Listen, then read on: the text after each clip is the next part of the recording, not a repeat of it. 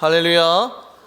우리 또 새해 수요일이 되어오신 우리 모든 성도님들 가운데 하나님이 주시는 위로와 평강이 가득하기를 주님의 이름으로 축복합니다. 우리 옆 사람과 인사하겠습니다. 새해 복 많이 받으십시오. 시작. 네, 좋습니다.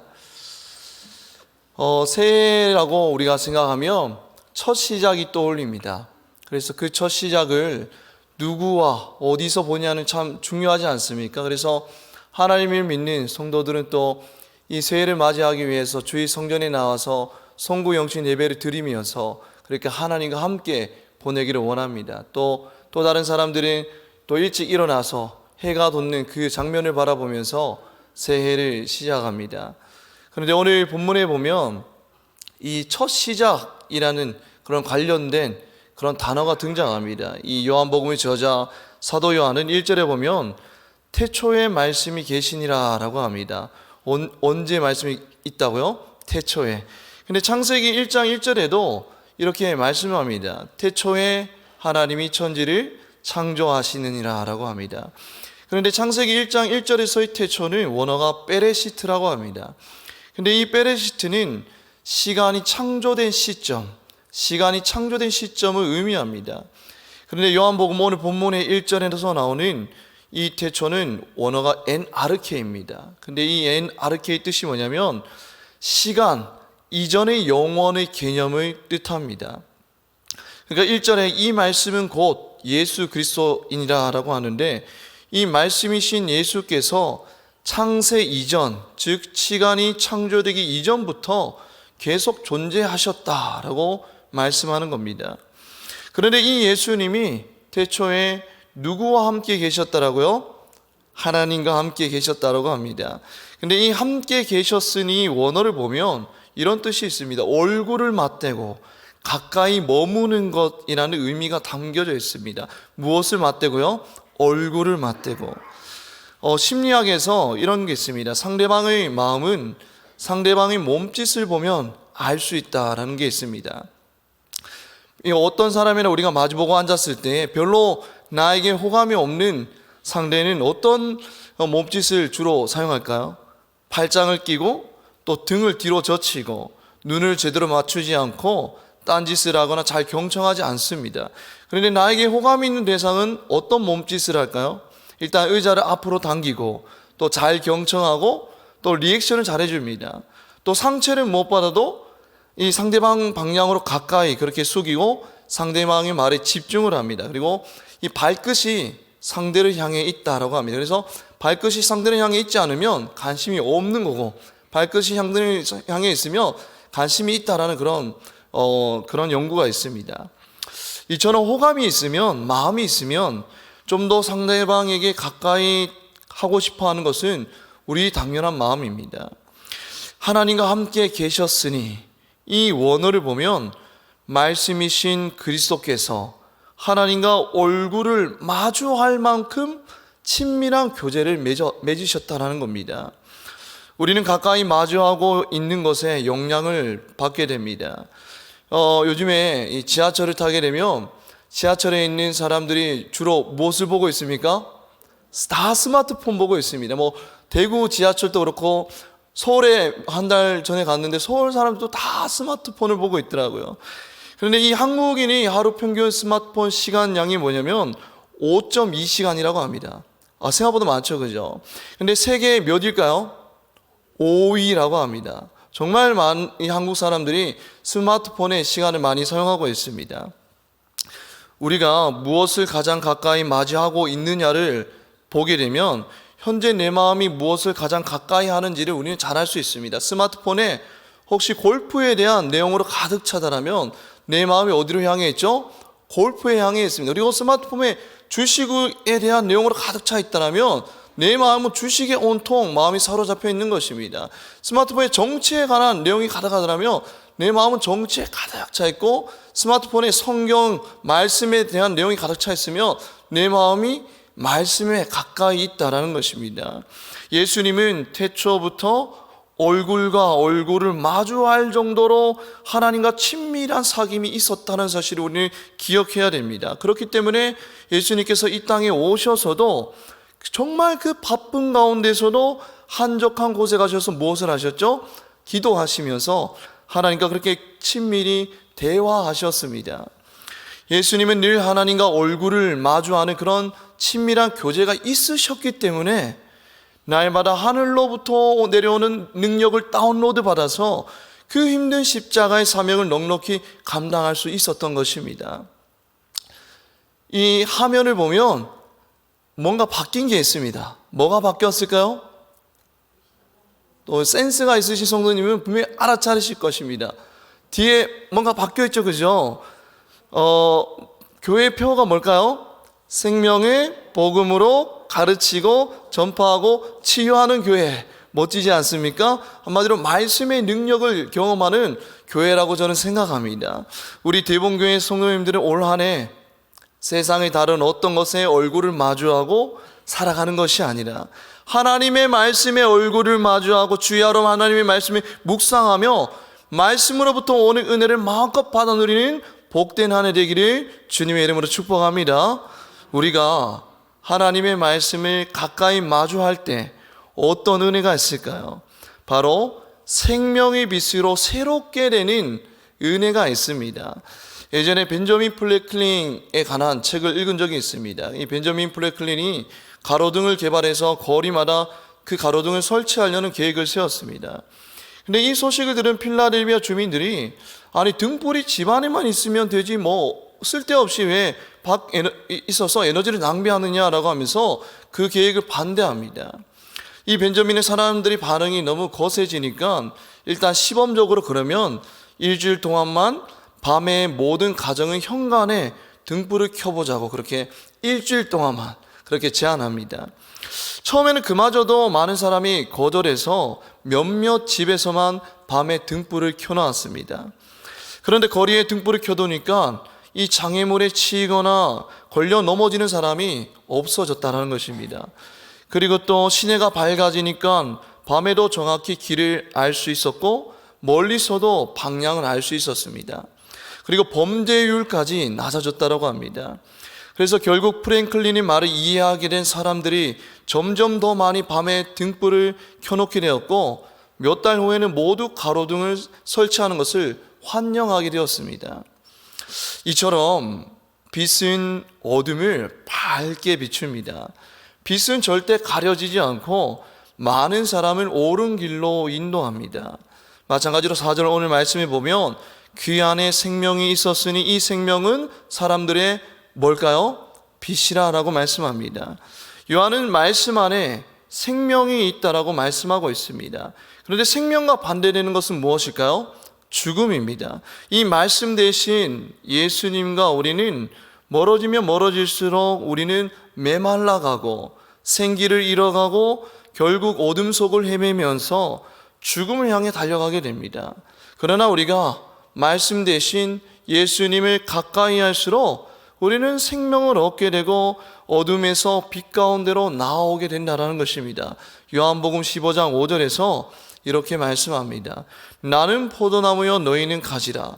그가 내 안에 내가 그 안에 거하면 사람이 열매를 많이 맺나니 나를 떠나서는 너희가 아무것도 할 수 없음이라 라고 말씀합니다. 나무가 살아있는지 죽어있는지 알려면 뭐를 보며 알 수 있죠? 열매를 보며 알 수 있습니다. 싱싱한 열매가 나무에 주렁주렁 맺혀져 있으면 그 나무는 생명력 있는 나무입니다. 열매가 곧 무엇을 상징하죠? 생명을 상징합니다. 그런데 우리 안에서 그런 영적인 열매를 많이 맺기 위한 조건이 있습니다. 그 조건이 무엇일까요? 우리가 어디 안에 거할 때? 예수 안에 거할 때. 말씀 대신 예수 안에 거할 때 우리는 생명의 열매를 주렁주렁 맺게 된다는 것입니다. 그렇기 때문에 말씀은 우리를 구원의 길로, 생명의 길로 인도하는 생명의 빛이라고 말씀하고 있는 것입니다. 예수 그리스도께서는 말씀이 육신이 되어서 이 땅에 생명의 빛으로 오셨습니다. 친히 말씀이 되심으로 어둠에 갇힌 영혼들에게 생명의 빛을 비춰주신 것입니다. 그래서 요한복음 8장 12절에 나는 세상의 빛이니 나를 따르는 자는 어두움에 다니지 아니하고 생명의 빛을 얻으리라 라고 말씀합니다. 무엇을 얻는다고요? 생명의 빛. 예수를 따르는 자는 생명의 빛을 얻을 수 있다라고 말씀합니다. 그런 말씀 대신 예수 그리스도께서는 그 생명의 빛을 우리에게 어떻게 비춰주실까요? 오늘 본문 1장 9절에 보면 각 사람에게 비추는 빛이 있었나니 라고 합니다. 그런데 여기서 주목해야 될 것이 각 사람입니다. 이 사람에 해당하는 원어는 안드로폰입니다. 이 안드로폰은 복수가 아니라 단수입니다. 그래서 본문은 뭐냐면 모든 사람 개개인이라는 의미를 지니고 있습니다. 모든 사람이긴 한데 모든 사람 개개인을 의미하는 것입니다. 즉 본문은 예수님께서 모든 대상을 향해서 일률적으로 빛을 비추는 그런 빛이 아니라 한 영혼 한 영혼 개인에게 찾아가 주셔서 생명의 빛을 비추신다라는 그런 의미인 것입니다. 제가 새벽 기도를 끝나고 밖에 나가면 이 뒤에 뭐가 있죠? 미군 부대가 있습니다. 근데 미군 부대에서 이 운동하는 소리가 가끔씩 들립니다. 그러면 운동할 때 어두운 새벽에 뭐가 켜져 있습니까? 이 조명 스포트라이트가 딱 켜져 있고 그 빛이 미군들을 쫙 비출 것입니다. 그런데 여기서 말하는 그 빛은 그런 모든 사람을 비추는 그런 빛이 아닙니다. 뮤지컬 무대에 올라온 그 한 배우를 비추는 그런 핀 조명이 있지 않습니까? 그런 한 사람을 조명하는 따스한 빛을 의미하는 것입니다. 9절의 각 사람에게 비추는 빛은 한 사람 한 사람에게 따스한 빛을 비추는 그런 생명의 빛을 가리킨다는 것입니다. 예수님은 언제나 많은 인파를 몰고 다니셨습니다. 그리고 예수님은 많은 사람을 가르치는데 하루의 대부분의 시간을 사용하셨습니다. 마가복음 4장 35절에 보면 그날 저물 때에 제자들에게 이르시되 우리가 저편으로 건너가자 하시니라고 합니다. 예수님은 12제자에게로 고개를 돌려서 호수 건너편으로 가야 하니까 어서 배에 올라타라고 지시합니다. 그런데 제자들에게 이는 정말 예상치 못한 말씀이었습니다. 저편에 가자라고 했는데 저편은 어디일까요? 저편은 바로 거라사라는 지역이었습니다. 근데 이 거라사는 당시 사람들이 피하던 곳이었기 때문에 당연히 제자들은 가고 싶지 않았겠죠. 하지만 누가 내린 지시인데 감히 거부할 수 있겠습니까? 예수님이 내린 지시니까 순종하고 갔습니다. 그래서 그들이 무리를 떠나서 예수님을 배에 모시고 그렇게 가게 됩니다. 근데 때는 저녁 무렵이었습니다. 배로 호수를 건너는 중에 거대한 풍랑이 막 몰려오기 시작합니다. 그리고 배가 막 요동치고 뒤집힐 지경에 이르게 됩니다. 그래서 예수님의 제자들 가운데 어부로 잔뼈가 굵은 이들까지 겁에 질려서 비명을 지르게 됩니다. 예수님, 주님, 우리가 물에 빠져 죽게 생겼습니다 라고 그렇게 막 비명을 지르기 시작합니다. 여기서 가장 합리적인 행동, 가장 옳은 행동은 배를 돌리는 것뿐입니다. 하지만 그들은 그렇지 않았습니다. 제자들이 볼 때 예수님은 거라사 지역까지 뭔가 반드시 가셔야 하는 것처럼 보였던 것입니다. 그렇게 죽을 고비를 넘긴 끝에야 비로소 이제 목적지에 도착하게 됩니다. 그리고 그곳에서 그렇게 힘들게 간 그곳에서 얼마나 머물렀을까요? 한 며칠, 일주일 이상 머물렀을까요? 아닙니다. 거기서 제자들은 정말 잠시만 머무르게 됩니다. 아마 한 2-5시간쯤 거기서 머물렀을 것입니다. 그리고 그 짧은 시간 동안에 오직 한 가지 일만 일어났습니다. 몇 가지 일이요? 한 가지 일. 그러고 나서 그들은 곧장 돌아갑니다. 일이 끝나고 곧장 철수합니다. 돌아가는 길에 제자들은 이렇게 생각했을 것입니다. 아니 겨우 이거 하나 하자고 죽을 고비 넘겨가면서 여기까지 왔단 말인가, 이렇게 제자들은 생각했을 수 있습니다. 그런데 그 하나를 위해서 그 풍랑을 헤치고 그곳 거라사 지역까지 가는데 그 하나는 무엇이었을까요? 바로 단 한 사람 때문이었습니다. 이 한 사람의 삶이 완전히 망가져 있었습니다. 마을 사람들은 그를 너무나 위험한 존재로 여겨서 마을에서 멀리 떨어진 공동묘지에 가둬두었습니다. 그는 오래도록 옷을 입지 않았고 살았을 뿐더러 무덤가에서 발견한 삐죽삐죽한 돌로 자기 몸에 막 상처를 내곤 했습니다. 모두가 그를 괴물로 여겼습니다. 그러나 모두가 그를 괴물로 여겼을 때, 그 한 사람을 괴물로 여겼을 때에 예수님의 눈에는 불쌍한 한 남자가 눈에 보였다라는 것입니다. 이처럼 예수님이 비추는 빛은 예수님을 추종하는 수많은 군중을 화려하게 비추는 빛이 아니었습니다. 나를 따라오면서 수많은 군중을 화려하게 비추는 그런 군중을 선동하는 화려한 빛이 아니었다는 것입니다. 예수님이 비추는 빛은 무엇이었죠? 죽어가는 한 사람, 소망을 잃어가는 한 사람, 저 구석에서 눈물을 흘리는 그 한 사람을 비추는, 한 사람을 위한 따스한 빛이었다라는 것입니다. 저는 청년의 때에 예수를 수련회 때 만나게 되었습니다. 수련회 마지막 날에 기도를 하고 있는데 예수님께서 마음속에 이렇게 말씀하셨습니다. 기배가, 내가 너를 사랑한단다. 이 말씀 한마디를 듣고, 주님 제가 죄인입니다 라고 하면서 주님을 따르겠습니다 라고 그렇게 고백했던 기억이 납니다. 그 한 사람을 향한, 저를 향한 예수님의 빛이 제 마음에 비춰졌던 것입니다. 성경에는 이 한 사람을 위한 빛이 너무나 많이 나옵니다. 사마리아 여인도 그랬고, 삭개오도 그랬고, 가늠한 여인도 그랬습니다. 한 사람에게 비추인 신은 그 생명의 빛으로 인해서 무엇이 일어나죠? 치유와 회복이 일어났다라는 것입니다. 이처럼 9절에 각 사람에게 비추는 빛이 있었나니는 한 영혼의 어둠을 밝게 비추는 그 말씀의 생명의 빛이었다는 것입니다. 어릴 적에 아파트에 정전이 가끔씩 나가면 너무 이게 부모님이 안 계실 때 너무 어둠이 무서워서 누나랑 함께 위층에 올라가서 그렇게 위층 이웃과 함께 그렇게 잠시 보냈습니다. 그러면 이제 그 어두운 가운데서 막 더듬더듬 이제 찻장에 이제 촛불을 찾아서 그 라이터로 촛불을 켜면 그 어두운 방이 환하게 비춰지는 것을 볼 수 있었습니다. 그렇게 어두운 방이 환하게 비춰질 때에 우리 마음 가운데 있는 두려움도 그렇게 사라지는 것을 경험하였습니다. 우리도 마찬가지로 생명의 빛 대신 그 말씀을 가까이 하고 살 때에 우리 한 영혼의 어두운 과거와 어두운 상처와 어두운 아픔이 치유되고 자유케 되는 은혜가 있다라는 것입니다. 말라기 4장 1절에 보면 이렇게 말씀합니다. 말라기 4장 1절 말씀 우리 다 같이 한번 읽어보겠습니다. 말라기 4장 1절 말씀입니다. 시작. 너희 여호와가 이르노라, 보라 영광로 불같은 날이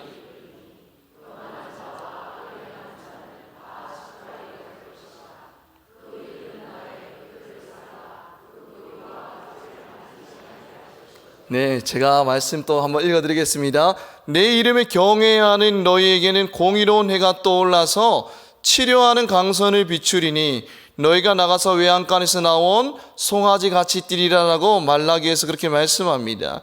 그런데 여기서 비추는, 이 치료하는 강선을 비추리니 라고 하는데 여기서 비추는에 해당하는 원어는 포티제이입니다. 근데 이 포티제이는 과거형이 아니라 현재형입니다. 그것은 2000년 전에 예수 그리스도가 이 땅에 오셨을 때에 잠깐 우리에게 빛을 비추고 그 빛이 사라진 것이 아니라 어두운 삶을 살아가고 있는 우리에게 여전히 지금도 생명의 빛을 비추는 역사가 일어나고 있고 앞으로도 계속될 것이라는 말씀인 것입니다.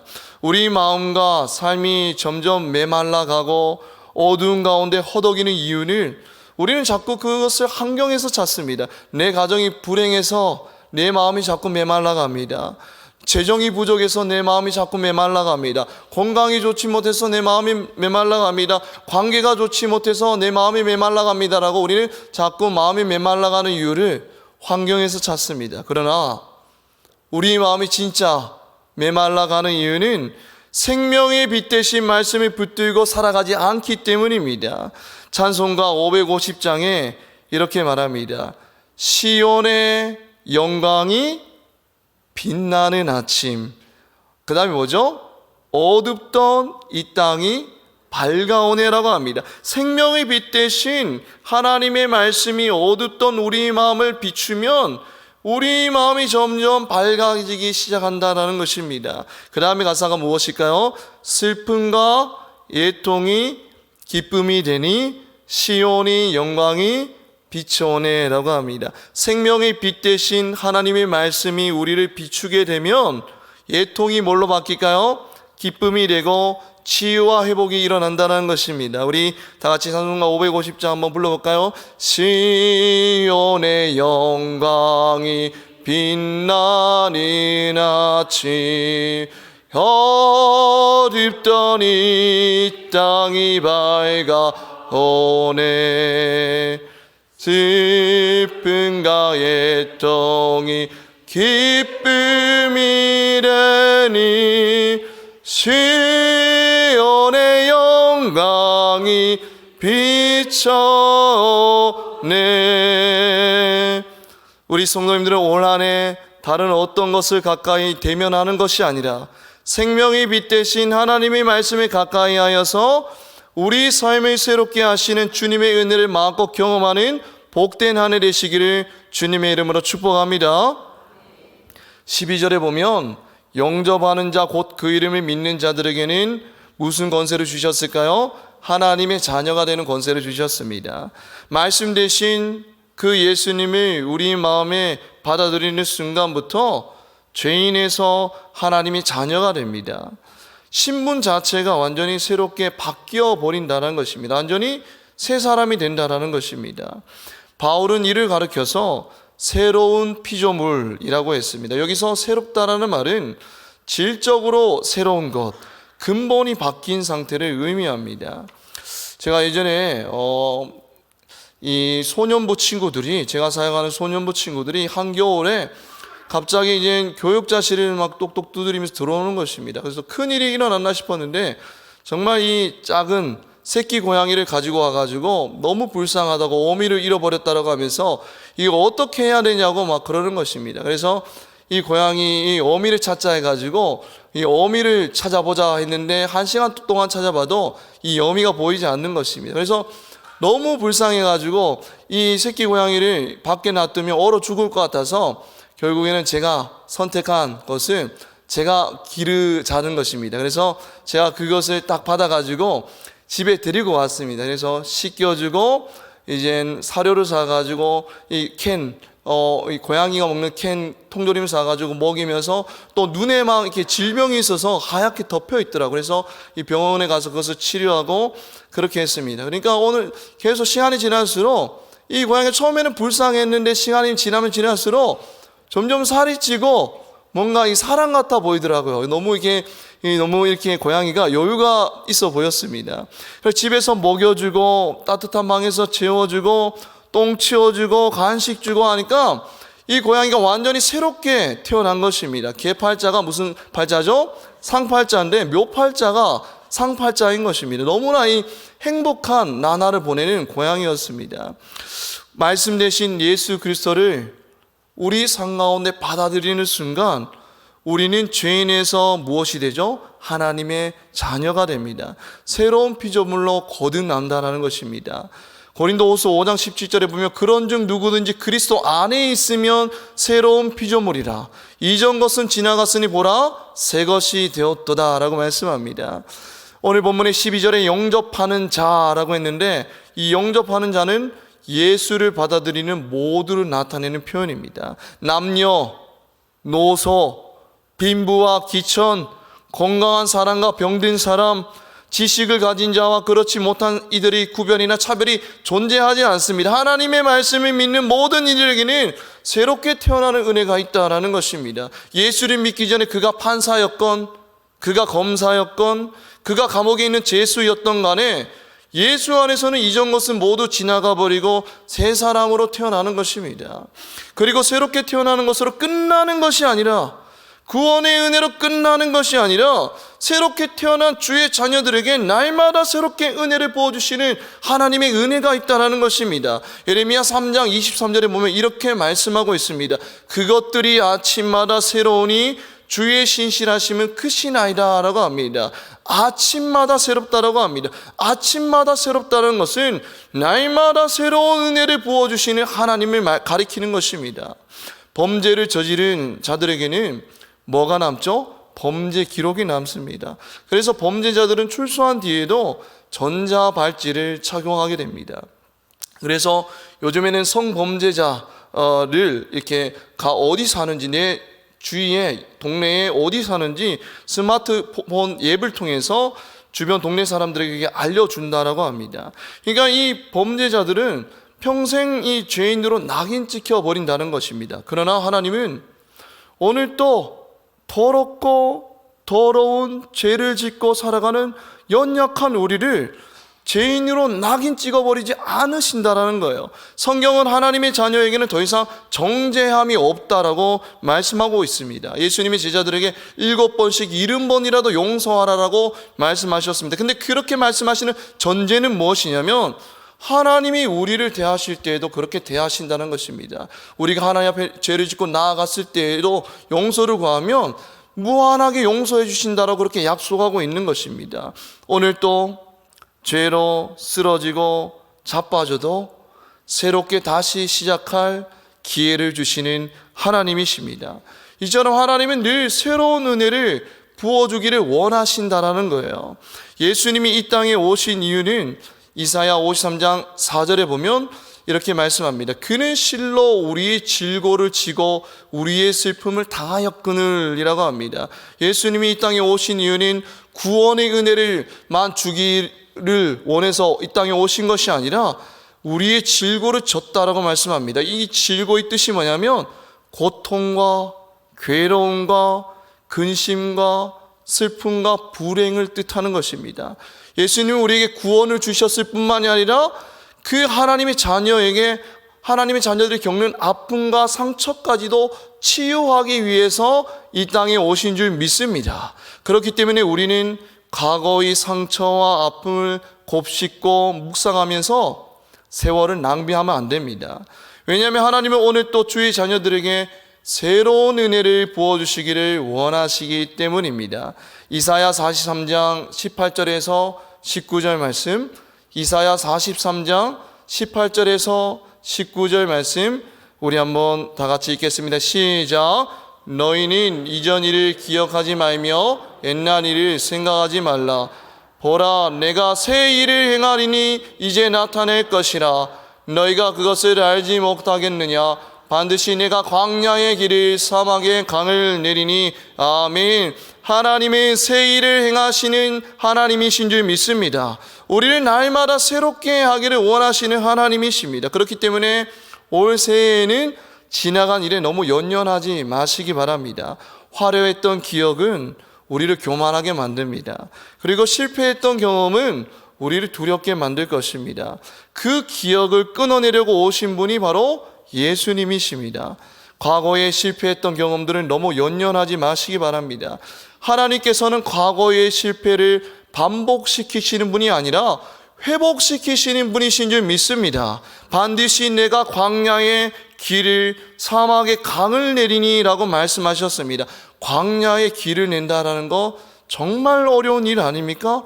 사막의 강을 낸다는 것은 불가능에 가깝습니다. 근데 그렇게 불가능을 가능케 하시는 분이 어떻게 과거로부터 지금까지 반복되는 상처와 실패의 패턴들을 끊어내지 못하시겠습니까? 하나님을 신뢰하시기 소망합니다. 분명히 하나님이 우리를 회복하시게 하실 줄 믿습니다. 출애굽기 16장에 보면 이스라엘 백성들이 광야에 있을 때에 하나님은 매일 하루의 분량의 만나만 취하게 하셨습니다. 그리고 다음 날에 만나가 내리지 않으면 어떻게 할까 해서 이틀분을 모으면 벌레가 생기고 냄새가 나기 시작합니다. 왜 하나님은 매일 하루 분량의 만나만 취하게 하셨을까요? 매일 새로운 만나, 새로운 은혜로 채워주시길 원하시기 때문입니다. 우리 성도님들이 자녀들에게 유통기한 지난 음식과 다 시든 채소를 먹이고 싶은 부모는 아무도 없을 것입니다. 하나님도 하나님의 자녀를 향한 그 마음이 마찬가지입니다. 날마다 새로운 은혜를 부어주시길 원하시는 하나님이십니다. 그 새로운 은혜를 날마다 경험하기 위해서는 우리는 생명의 빛 대신 하나님의 말씀을 날마다 묵상하고 실천할 때에 그 말씀이 비로소 우리를 새롭게 하는 은혜가 있다는 것입니다. 우리 성도님들 한 해 살아가실 때에도 이 교회표처럼 날마다 말씀 붙들고 말씀에 순종하며 살아갈 때에 말씀의 능력을 경험하며 우리를 새롭게 하시며 우리를 회복시키시는 그 하나님을 날마다 경험하며 가는 곳곳마다 그 살아계신 하나님을 간증하며 증거하는 우리 모든 성도님들 되시기를 주님의 이름으로 축복합니다.